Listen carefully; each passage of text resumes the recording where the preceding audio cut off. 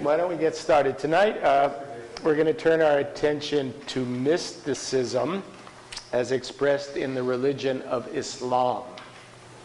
So, as in both Judaism and Christianity, Islam has a long-standing mystical tradition that dates back to its earliest years, so it's centuries old. The term used to refer to Islamic mysticism is Sufism, while the individual practitioner is called a Sufi. So a Sufi practices Sufism, and Sufism is the term that's generally given to Islamic mystics. So classical Sufi scholars have defined Sufism as a science, notice it's a science, whose objective is the reparation of the heart and turning it away from all else but God, or in Islam, Allah. Okay. Notice it's a science. So if it's a science, it has to have a method. And that's important. Sufis have methods of doing this. They don't just say, do it. It takes quite a bit of training. So a science whose objective is the reparation, to repair the heart, turning it away from everything else except Allah. That's the purpose. Alternatively, it's a science through which can know how to travel into the presence of the divine, or God, purify one's inner self, and beautify it with a variety of praiseworthy traits. So classical Sufis were characterized by their attachment to what is known as, in Arabic, dhikr. That's ecstatic practices, meditative practices, devotional acts with short phrases. For example, repeating the 99 names of God over and over with complete sincerity. And these can be aloud, they can be together in groups, they can be in silence. It also involves a lot of chanting. I was hoping that maybe at the end, maybe next week, I can bring you some examples of Sufi chanting. It's really quite beautiful. And it gets the soul, from a Sufi's point of view, into the mode of this communication with Allah. Remember, that's always the purpose. The purpose of mysticism to a Sufi is connection with nothing but Allah. Sufism gained adherents among a number of Muslims throughout history, generally as a reaction against the worldliness and political expressions of Islam. All religions have that, right? They have their organizations, they have their power structures. Same can be said, I think, of Christian mysticism. It tends to be a reaction against that sort of religious approach, where all religion about is doctrine, power, control, and success. Worldly success often. So it's we can be seen to some degree, and I think this is true of all mystical traditions, a reaction against that when it's overtly expressed in various religions. Sufis have spanned several continents and cultures. Originally, language is Arabic, because that's the holy language of Quran, but you can find it being expressed in Persian, in Turkish, in Urdu, anywhere you have found Islam expressing itself within the culture. Okay, what are the origins of the word Sufi? Several have been suggested. The lexical root of the word is traced in Arabic to safa, which means purity. So the Sufi is one who is spiritually pure, or at least attempting to be spiritually pure. A Sufi would never tell you they were spiritually pure. Why? That's pride. And that's an example of not being spiritually pure. So you'll never find the Sufi saying, I am spiritually pure. That's their goal. But that's one suggestion, that the word Sufi comes from Safa. Another is Suf, from wool, referring to the simple cloaks that the early Sufis wore, woolen cloaks. The two were combined by one of the Sufis who said, the Sufi is the one who wears wool on top of purity. In addition, some have suggested that the word comes from, in Arabic, a term that means people of the bench. These were a group of Muslims early on who would sit at Muhammad's veranda, as it were, and practice contemplation. So those may be the origins of the word Sufi. But in one form or another, Sufism has always taught it is possible to draw closer to Allah and to be more fully embraced in the divine presence, not in an afterworld, but right here, right now. You can experience the divine here. It's not something that has to be out there. One of the aims of many Sufi communities has been the restoration within their members of a primal state. It's called fitra in Arabic, which means the complete love of God. The complete love of God. A consequence of this state is that the seeker may be led to abandon all notions of multiplicity, including the conception of an individual self, and to realize the divine unity underlying all things. There's one divine unity underlying all things. Separation from that unity is ignorance. It's interesting. We think of separation as sin. Well, it's a state of being, I think we've talked about this before with other mystics. It's the state of being separate or separated from your source. So the goal of the Sufi, of course, is to reconnect. That's all mystics, that's what they're trying to do. Reconnect with what they see as their ultimate ground of being, the ultimate source of the cosmos, and everything else is just fleeting.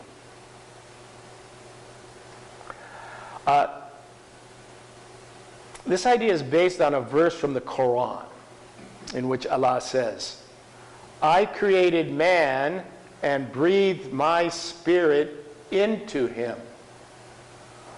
That notion of the kingdom of God is within. In the Quran it says, I created man, this is Allah, and breathed my spirit into him. There's also been a tendency amongst Sufis to see the sacred text as largely metaphorical in nature and not to be taken literally. Even the Quran, which has got many of them in trouble, as is true in every religious tradition.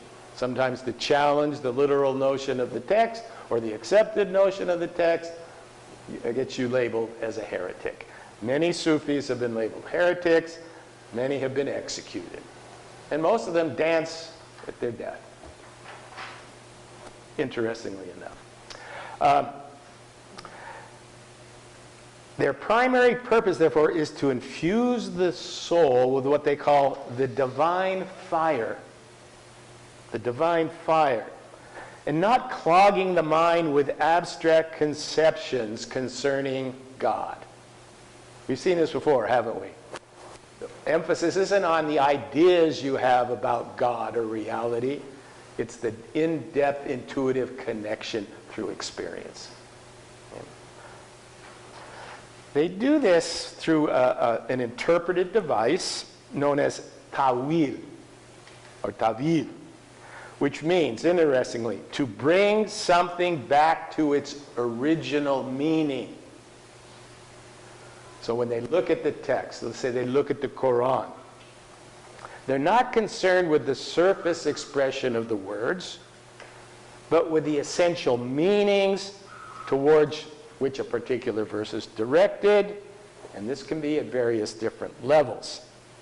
One of the exponents, a current Sufi, wrote this in 1981. Ta'wil is not concerned simply with denotation of words. You know what denotation of words is when you learn to read? This is the word, this is what it means. This is not what ta'wil is about. Rather, it is concerned with certain truths and realities that transcend the words themselves. The words are pointers. They're not the truth. They're pointers to the truth. Just like the word dog is not a dog. It's pointing to a dog. So this is how they tend to look at texts. And in fact, it says the Quran possesses an external appearance and a hidden depth,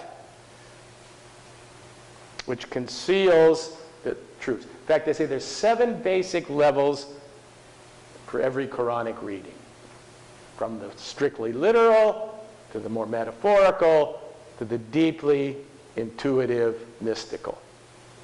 Again, this has gotten them in trouble. You can imagine why. Certain power structures say, this is the text, this is what it says, this is we interpret it, you must agree. And if you don't, well, so many Sufis have gotten into pretty deep trouble. And even the great ones who have survived have gone through periods, as we'll see, of some trouble. So over the centuries, these attitudes have resulted in them being condemned. Usually they're called, in Islam it's called shirk. They're practicing polytheism. They're moving away from just the idea that there's one God, and this is how it is, da-da-da-da-da. So this is how they have been condemned. Okay. This is the notion of divine love, as we see here. And see where it says ta'wil? Oh, that's the next one. This is the one I like. Flying beyond the words. You're flying beyond just the words of the text. That's why when you hear the Quran, by the way, you don't read the Quran. You know how we read the Bible? You don't read the Quran. It's sung, which gives it a much more poetic expression. When Chris and I were in Morocco years ago, we went to the tomb of one of the Moroccan kings, and 24 hours a day, there's a man sitting in the corner of his mausoleum singing the Quran. Singing it. And that's why if you ever want to, you can get it on YouTube. You won't probably understand, it'll be in Arabic. But it's the impression that the sound has just as much as the words. So it's something to really recognize. We read the Bible, right? Word, word, word, word, word. They sing the Quran. Okay, let's move to we're going to look at 3 examples of Muslim mystics. And the first is Rabia, a female. She was born in 718, it's the 8th century, to a poor family in Basra. Basra is in Iraq. If you followed the Iraq War, you may have seen Basra come up. It was one of the towns that was invaded.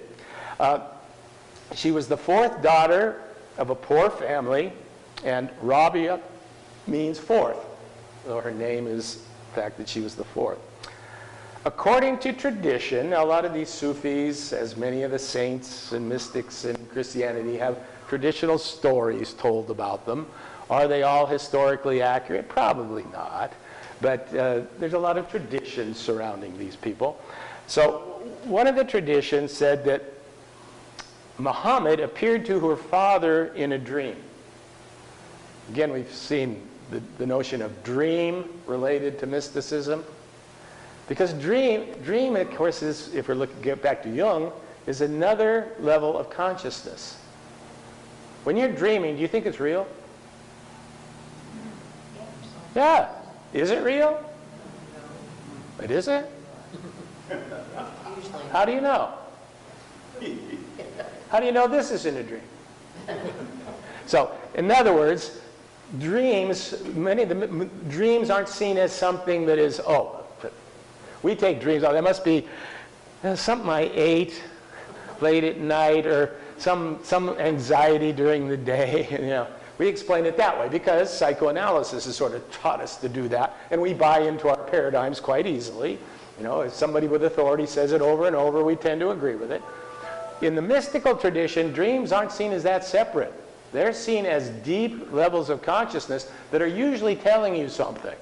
Now, they may have to be interpreted, but they're not just scatterbrain. Okay. So in any case, Muhammad appeared to her father and told him, "Your newly born daughter is a favorite of the Lord and shall lead many Muslims to the right path." Okay? You can do with that as you wish. But if that becomes a powerful experience, then perhaps you tend to project that into your life. In any case, after her death, her father died in a famine, hit Basra, and she was parted from her sisters. She joined a caravan and fell into the hands of robbers, thieves. And the chief of the robbers took her captive, well, you can imagine, and then later sold her in a slave market. And her master hired her, worked her tirelessly, but he was a kind man.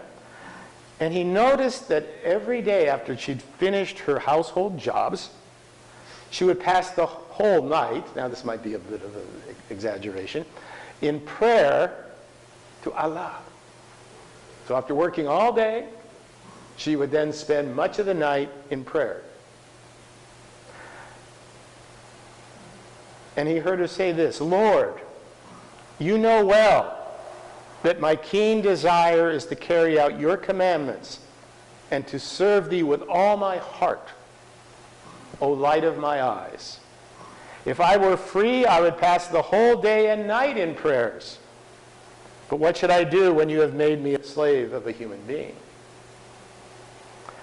The master heard these words and set her free. Now, little tradition? Okay, maybe. She replied, and this is what's the good part about it, she could never be free from bondage from her true master, who is Allah, or God. Okay. The term Abdul, which is very popular in Arabic, means slave.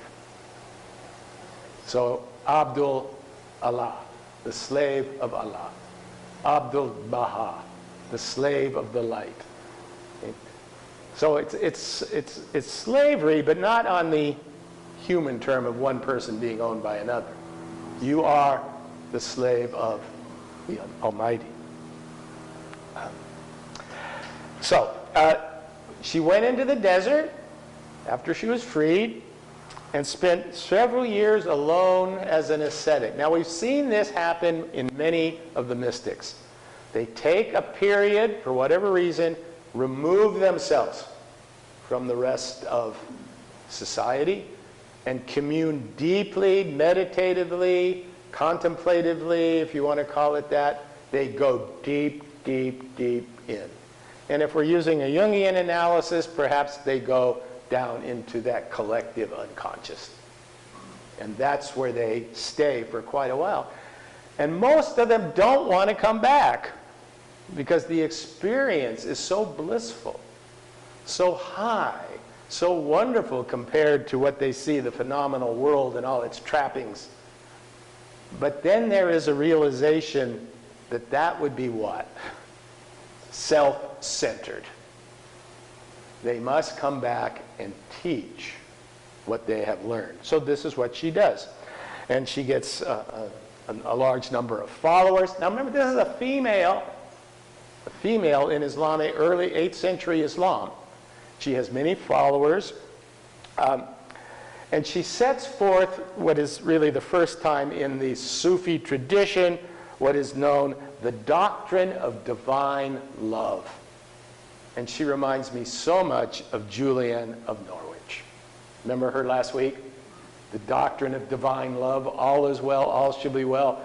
Everything will be well. A force of love travels through the universe that will never let you go. This is what she's teaching. She will call that force of love Allah. And she says, once you've experienced having that, everything else, second rate. This is one of her most remembered sayings. Were the world the possession of a single man, it would not make him rich, because it is passing away. If you have everything in the world, everything, you will eventually what? Lose it. It's all transient. Another major theme that mystics focus on. If you are attached to these things of the world, or let's say overly attached, you're building your house on sand. We've heard that, haven't we? It's a common notion. One day she was seen running through the streets of Basra carrying a pot in one hand and a bucket of water in the other. She was asked what she was doing. She said, I want to put out the fires of hell and burn down the rewards of paradise. They block the way to Allah. If you're only thinking about either going to hell or having paradise, then you're thinking about you. And they block the way, she says, to Allah. This is her most famous prayer. Oh God, if I worship you for fear of hell, burn me in hell. If I worship you in hope of paradise, exclude me from paradise. But if I worship you for your own sake, grudge me not your everlasting beauty. See, it's the complete death of the ego. This is what the mystics try and obtain. She died in 1801 at the age of 83. Finish with one of her last poems. I have loved thee with two loves, a selfish love and a love that is worthy of thee. Thee meaning Allah. As for the love which is selfish, therein I occupy myself with thee, to the exclusion of all others. But in the love which is worthy of thee, thou dost raise the veil that I may see thee. This is the true love. Okay, so that's Rabia of Basra, of Basri. Our next Sufi is Ibn al-Arabi. He's widely accepted as one of the most intellectually profound mystics of the Islamic world. He probably rates, if you had to rate them, you look up these lists, 10 top of this on Google, he'd be in the top 5, probably 1 or 2. Rumi might be up there, but he is internationally known. He was born in Murcia, Spain, so he was from the Spanish heritage, 12th century, 1165. He was apparently a very bright young man, and his father sent him to the best teachers. By the age of 10, he could recite the Quran memorized by heart in several different dialects. It's quite a challenge.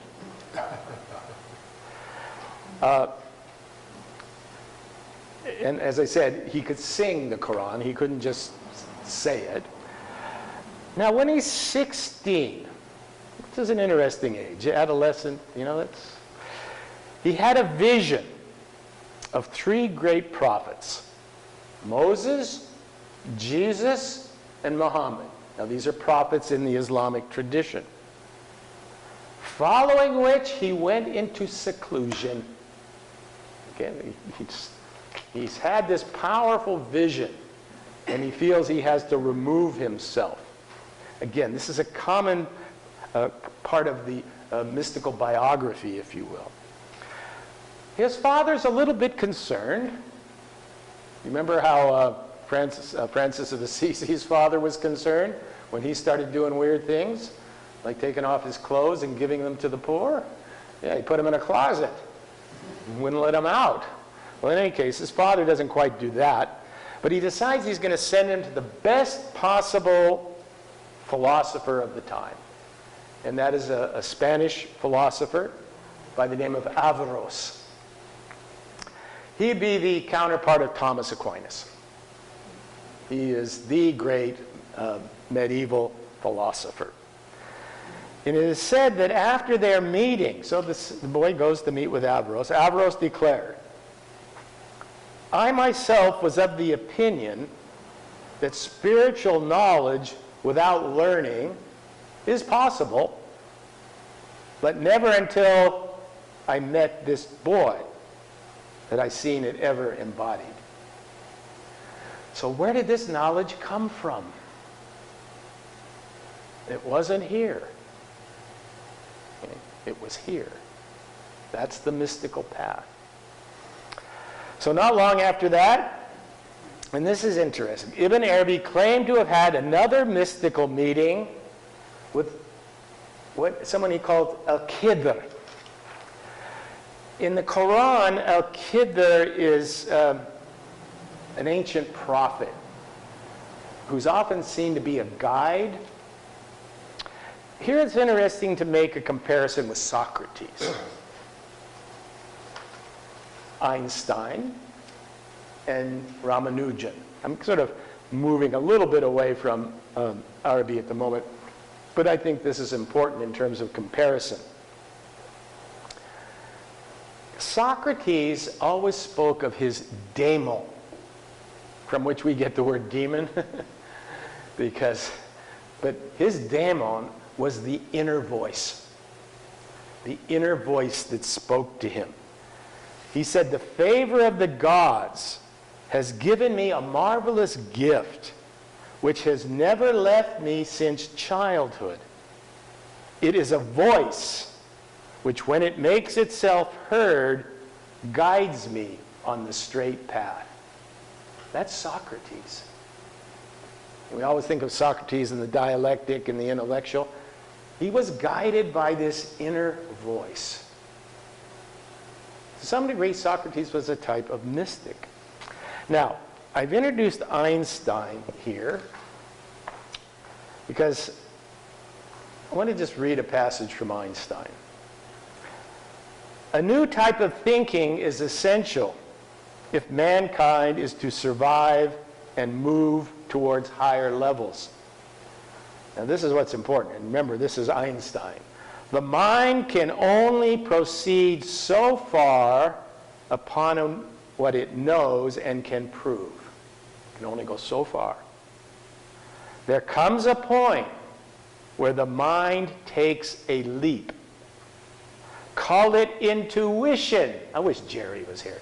"Call it intuition, if you will.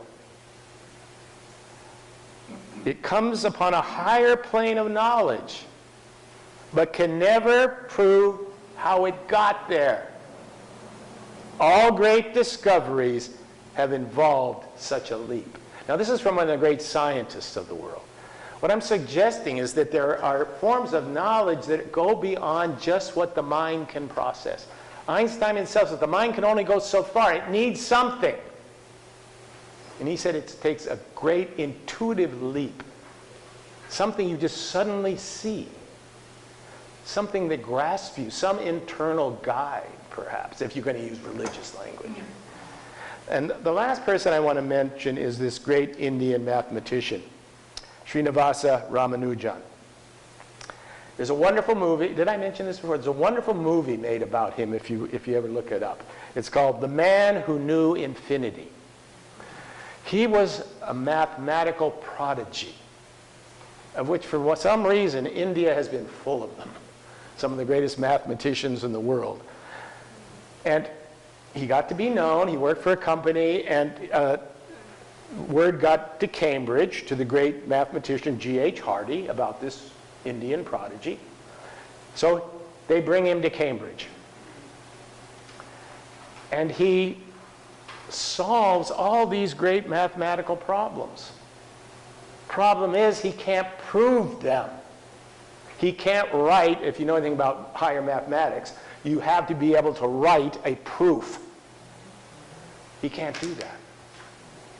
When he's asked how he knows, he says his God tells him. At Cambridge. But he got the right answers. And later, he dies, unfortunately, at the age of 32 from tuberculosis, which he got in England. But later, his answers were proven by later mathematicians.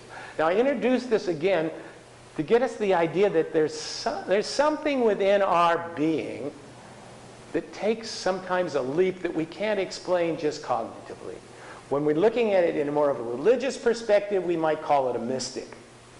We look at it as scientific perspective, we see it, we don't quite call it mysticism. We don't know what to call it.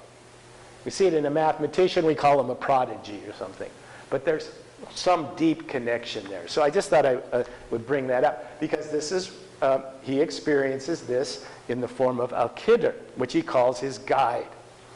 Then at the age of 28, he begins to travel. He leaves Spain, and he would travel throughout the Middle East, meet many of the famed Sufis of the age. His journey took him to he wanted to go to the burial places of the great prophets. Hebron. Who's buried in Hebron, at least traditionally? Abraham. Jerusalem? David. Medina? Muhammad. And at the end of this meeting, he arrives. Where's the destination of any Muslim eventually, if you're going to the most sacred spot? To the Kaaba in Mecca. And he's there one evening, circumambulating. That's part of the ritual process. People walk around the Kaaba. Notice the circular motion. We'll get back to that. There's a lot of circular motions. He's circumambulating, and he feels a presence. And it's a female presence. A female presence. And he calls her Sophia. Sophia was the Greek goddess of wisdom. And she had been incorporated into popular Islam to some degree. He has an experience of a vision of... Now notice, he has lots of visions, right? So our first take with people who have visions is what? You better go see a psychiatrist. Okay? How do you know, and I think people, how do you know a real vision from not a real vision? Well, from the outside you don't, right? How do I know what you're thinking, John, is real or if it's just some fantasy? I don't know. But the person themselves feel very strongly it is true. Moreover, it transforms their life. That's usually the sign, the fruit. So in any case, he has this. So he goes then to Cairo, and he gets in trouble because he's starting to teach this stuff. And who is opposed to this sort of thing? The mullahs, those who are in charge of the official doctrine of Sunni Islam. This is heretical. This man is crazy. Fortunately, he's got a good friend in Cairo who gets him out of some trouble, and he ends up going to Damascus.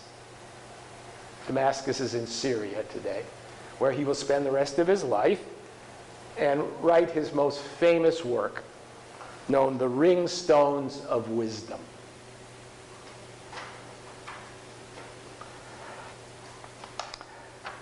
"27 chapters, each named after a Quranic prophet, beginning with Adam and ending with Muhammad." So usually when you take a class on Islam, you learn, okay, there are the great prophets. There are 27 prophets. Some are a little higher standing than others. But there are 27. So he uses this as a model to organize his work. In it, the various prophets are represented as human settings in which he calls the gemstones of mystical knowledge are to be found. Where do you find the gemstones? In these people, in these prophets. So what are the main topics of his teachings? They're usually four major points. The nature of God, and God's relationship to man. Second, interestingly, divine mercy. Every surah of the Quran, that's every chapter, begins with the same verse. In the name of God, the compassionate, the merciful. We were just watching Perrault last night. You ever watched the mystery series Perrault?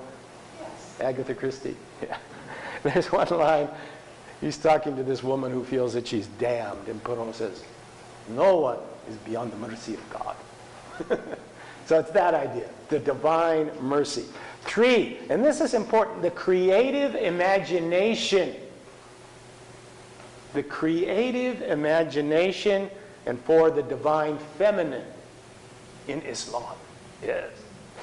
So, as with nearly all Muslim philosophy, his text is heavily based on Quran, but not literal reading of Quran, metaphorical, in-depth, intuitive reading of Quran. At what we call ta'wil. And he says, we must see the text with our inner eye. You can read the text with the outer eye. It's the inner eye that sees the deep meaning. And this becomes his most famous doctrine in Arabic, al-Wujud, the oneness of being. The oneness of being. The oneness of the divine unity. Ultimate reality is one. We see it as separate. Why do we see it as separate? That's how our ego works. The ego always has a me and a you. A me and another. So this tries to break through that notion. Get away from that separateness to a higher unity of being. Or what I call isness. Your isness. The fact that you are. I think we talked about this before. Do you get up and say, do I prove I exist? No, you are. Now what the mystic says is that you, though, isn't just your ego. That is the isness of reality flowing through you. If you want to call it God, if you want to call it Allah, the Hindus will call it Brahman, we'll see next week, flowing through not only you, through all of creation. It all comes from an original source. Anyone seen the Webb lately? The Webb telescope? Magnificent. I've got something up here. In fact, I'll show it to you. You know what I like? Now, see that? Now look at the diagram on the right. That's al-Wujud put into artistic form. And this was, long before we had this. Okay, so there's this essential oneness that's behind all things. I think we've used the analogy before. The ocean and the wave. The wave is part of the ocean. It's water. It seems to have it has its own form, though, doesn't it? But what happens to the wave? It breaks. Then what happens? It's water again, and it's drawn back in to the ocean. I love that analogy if you want some sort of understanding of what they're saying. We're all waves. We all have our own specific form. But those forms are going to crash. But they don't disappear. They become the essence of what they are, which is water, and they're drawn back into the ocean. That's the notion of the divine unity. Everything is drawn back into its original, and then new forms come and go. But one thing we know, no form what? Lasts. The whole lasts, but the individual forms come and go. The waves break, and they go back in. So, He also says, and this gets us to this the next point. He refers to the oneness of Allah as the hidden treasure which longed to express itself to be known. It's like Allah wanted to, this would be the answer, if there is one, to why is there the Big Bang? Why is there creation? From the mystical point of view of Arabi, because Allah wanted to be known. You can only be known if you manifest. Do you remember, going back to Jewish mysticism, the idea of God steps back in the Kabbalah, and there's that area that allows for creation? Similar sort of idea. But creation, according to, isn't a one-time event. Creation is going on all the time. And you're part of it. Human beings can create. This comes very interestingly close to the type of theology that Reverend Elbert was trained in at Claremont. That we are co-creators with Allah or God. God gives human beings the gift of co-creation, and that we can create imaginatively. And in so doing, we are identifying with the creative force of the world.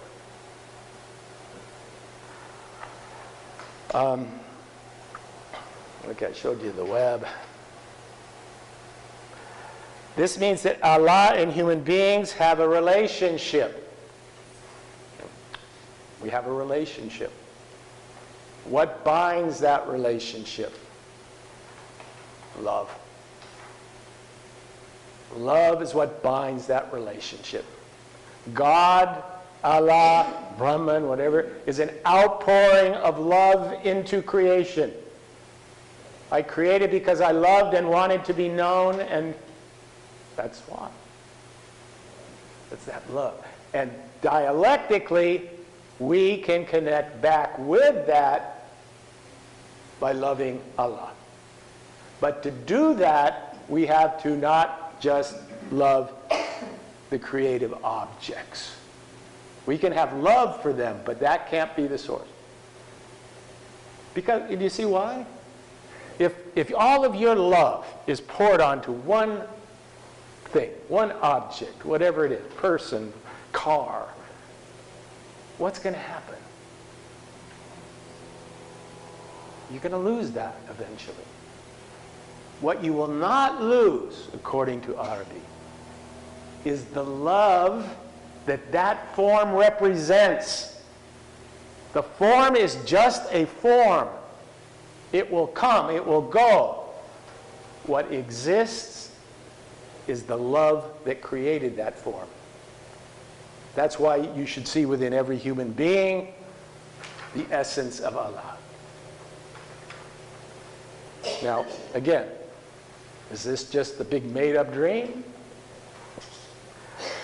Okay, let me just finish with this verse and then we'll move to Rumi. He wrote this. This is Arabi. Oh, sorry, got to back up because I left out this important part. This is the divine feminine that I mentioned. It's important to mention this. He refers to Allah in many cases in feminine nouns. It would be as if we said, our mother, or our mother who art in heaven. He uses this within his text. He uses both. He uses masculine and feminine. The famous French Islamist Henri Corbin, who wrote all about Arabi, says this: we may say that from Arabi's perspective, essential reality, the essence of being, that beyond which nothing is thinkable, we can say it's the father of all things. But it is no less fitting to say that it is the mother of all things. That probably came from his experience at the Kaaba, where he felt this feminine presence. again, this wasn't, you go back to 13th century Islam, this wasn't something that, this would have been called what? Mother goddess worship. And he was condemned for that. But he did. Okay. My heart can take on any form. A meadow for gazelles, a cloister for monks, the Kaaba for the circling pilgrim, the tables of the Torah, the scrolls of the Quran. My creed is love. Wherever its caravan turns along the way, that is my belief. That is my faith. And then, how can the heart travel to God when it is chained by its desires? Okay, we're going to finish up with perhaps the world's most well-known mystical poet, Jalal Udin Rumi. Anybody here heard of Rumi? No? Okay.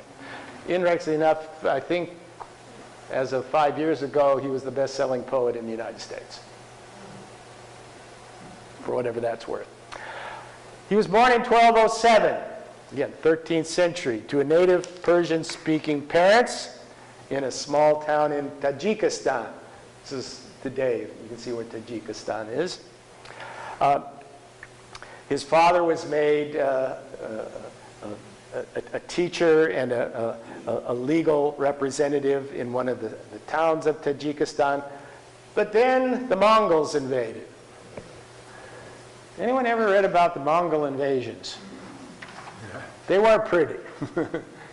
In fact, Baghdad had piles of skulls. The Mongols didn't pull any punches. They went in, they took what they wanted, they destroyed. So this forced Rumi and his family to have to travel. So they went to Damascus, they went on Hajj to Arabia, but they ended up in a place called Konya, which is in Turkey today. If you go to Konya, you will, this is Rumi's place. This is his sacred town of Konya. His father was made a head teacher there of a madrasa. This is a madrasa. A madrasa is a sort of an Orthodox Muslim school. An Orthodox Muslim school is basically about memorizing Quran. Memorizing the Quran from beginning to end, and then having some teachers tell you what it means. And generally speaking, it's going to be fairly conservative. So this was, his father established this, and when his father died, Rumi takes on this role in Konya. So he's an Orthodox, legalist, scholar, teacher. And it looks like he's going to follow that path just like his father did. Then in November of 1244, an event took place that changed his life.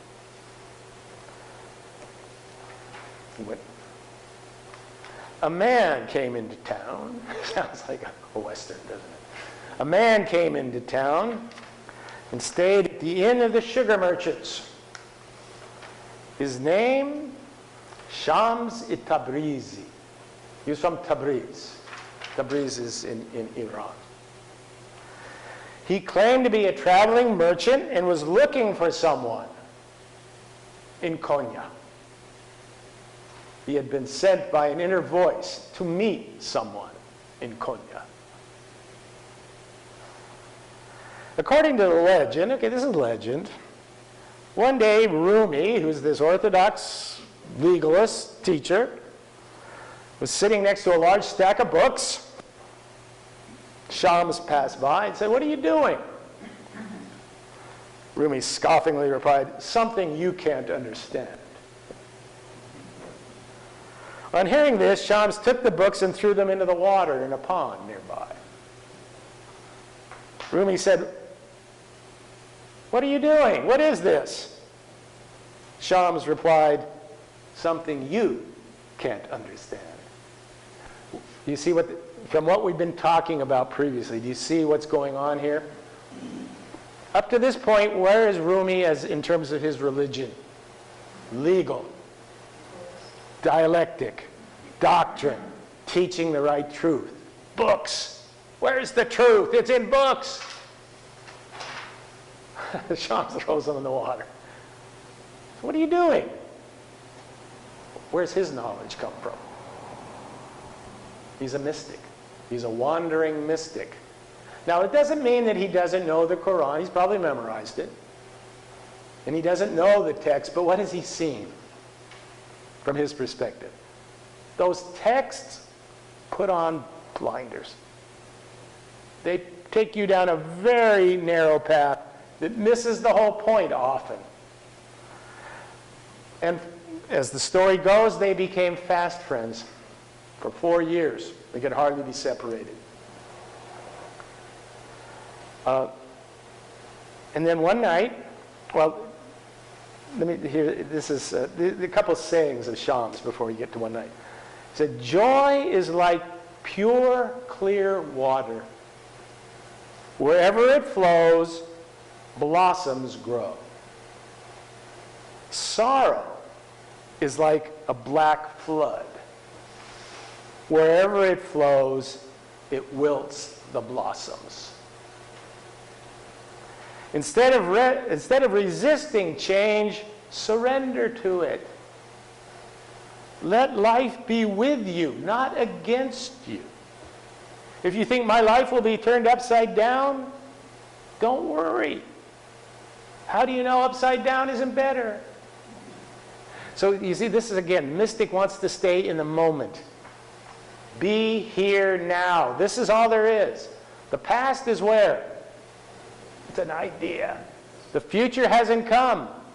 If you spend all your time in the past, you're probably going to be anxious. Spend all your time in the future, you're probably going to be anxious. Be here now. It's all here. The glory of God or Allah is here right now. That's the mystic vision. It's always now. Have you ever recognized that? It's always now. It's now. It was now yesterday when it was now, and tomorrow it will be now. We tend to forget that. We think of it in the past, and it's always now. And if we think of the past, we're thinking of it in the now. And if we're thinking of the future, we're thinking of it in the now. Be here now. It's all here. The complete joy of existence is right here. We don't see it because we got our blinkers on. Anyway, that's Shams. So one night, this is December of 1248, Shams goes out the door and is never seen again. Now, stories emerge that he might have been murdered or da-da-da-da, but that really isn't the point, because how does Rumi first experience this? Great grief. He's lost what you can call the love of his life. His deep partner in mysticism, he's lost him. And it's natural to have that grief. He goes through, and he in fact writes a whole book about Shams, called the Shamsi Tabriz. Then he goes searching for him. He walks all the way to Damascus, searching for Shams. He doesn't find him. Then at a certain point, this is what he says. I realized, why should I seek? I am the same as he is. His essence speaks through me. I have been looking for myself. We tend to see other people as objects, subjects, objects. He realizes that the Shams within him will never leave. It can't. It can't. It's there. He may not find Shams's form, his phenomenal form. But he can always have shams within him. And that's because shams, like everyone else and everything else, is a manifestation of God's creative love. You see, the one thing I'd like to get across in this class is what the mystics tend to see. The problem is we see the world in separate units. They see them as a congealed whole. You can never lose anything because there's nothing to lose except the form. You experience the love, and that is the love of God, or Allah, or Brahman if you're a Hindu. That is always there. You just have to be able to see it. And it helps if you have a culture that will help you see it. Whereas if you have a culture that is constantly emphasizing the separation, the desire, the need for more and more, you won't find it. All your aims will be in the world of multiplicity. Is this crazy? I don't know. That's for you to decide. Okay.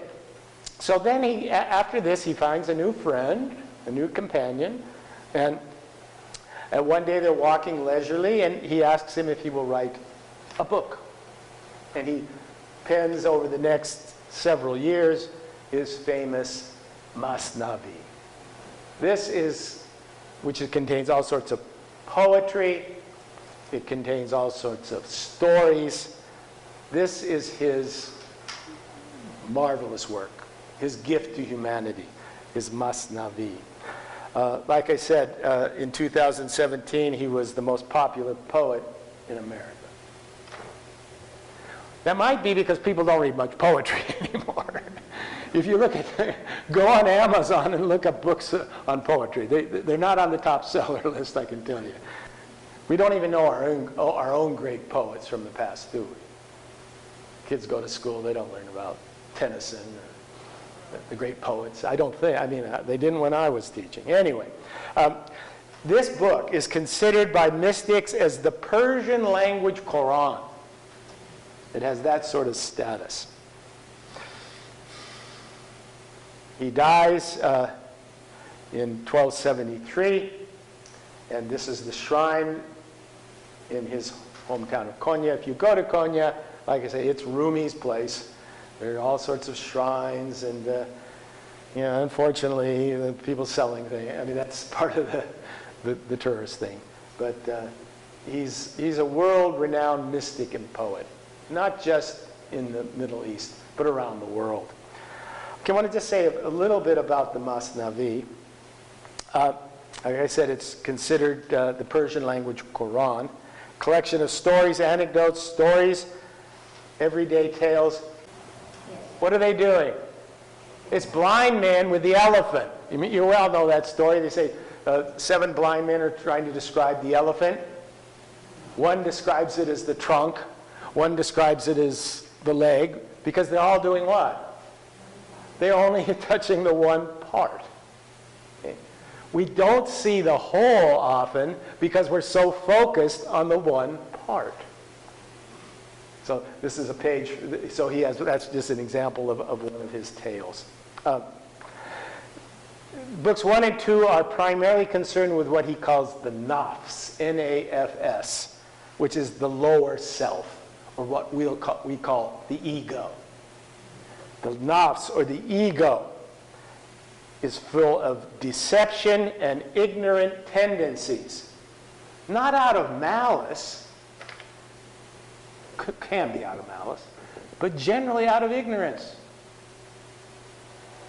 When you're focused only on yourself, your actions are likely to be based on yourself, and that often will cause problems, not only for yourself but others as well.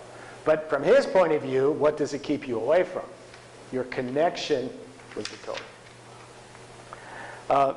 And then books 5 and 6 contain verses that reflect on the belief that in order to understand Allah's existence, man must transcend is earthly perspective. If you only see it in terms of multiplicity of phenomena, you'll never understand the total. Let me just read a couple passages from Rumi, and then we'll call it a night. A true lover, this is from Rumi, is proved such by his pain of heart. No sickness is there like sickness of heart. Now remember, he lost Shams. The lover's ailment is different from all ailments. Love is the great mystery. A lover may hanker after this or that love, but in the end, he is drawn to the king of love. What would the king of love be for a Muslim? Allah. When we love individual, that's good, but that's not the source. The source is the king of love, which is God, or Allah.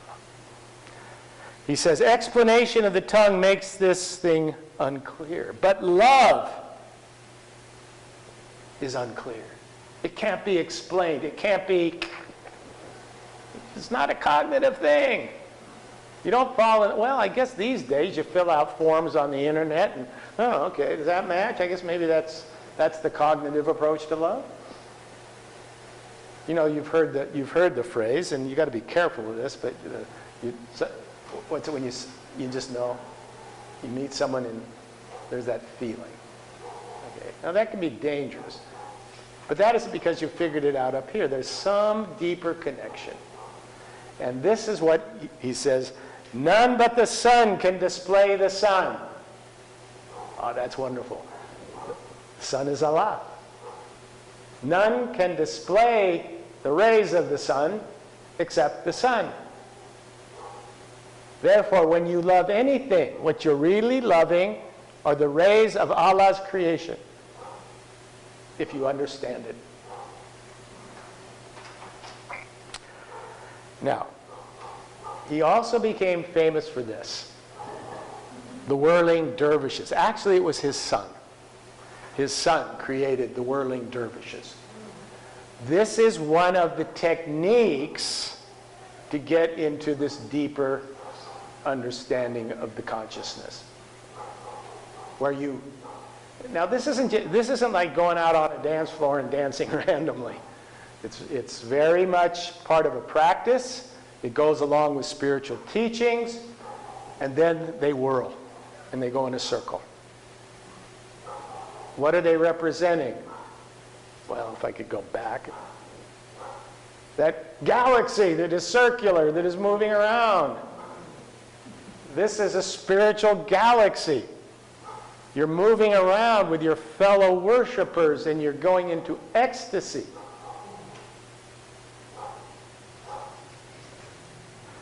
Yeah, and like I said, you arrive, the idea is that you arrive at your connection with Allah. This is a technique. It's an ecstatic technique. We've talked about meditative techniques. This is an ecstatic technique. Or like I said, where you sing the names of Allah, the 99 names of Allah over and over and over. Because what you're doing is you're getting your brain, and it'd be interesting to see how this worked on a CAT scan. By the way, the CAT scan at Pleasant Valley is broken. Did you all know that? If you have to go in, they'll take you to Oxnard. But in any case, that's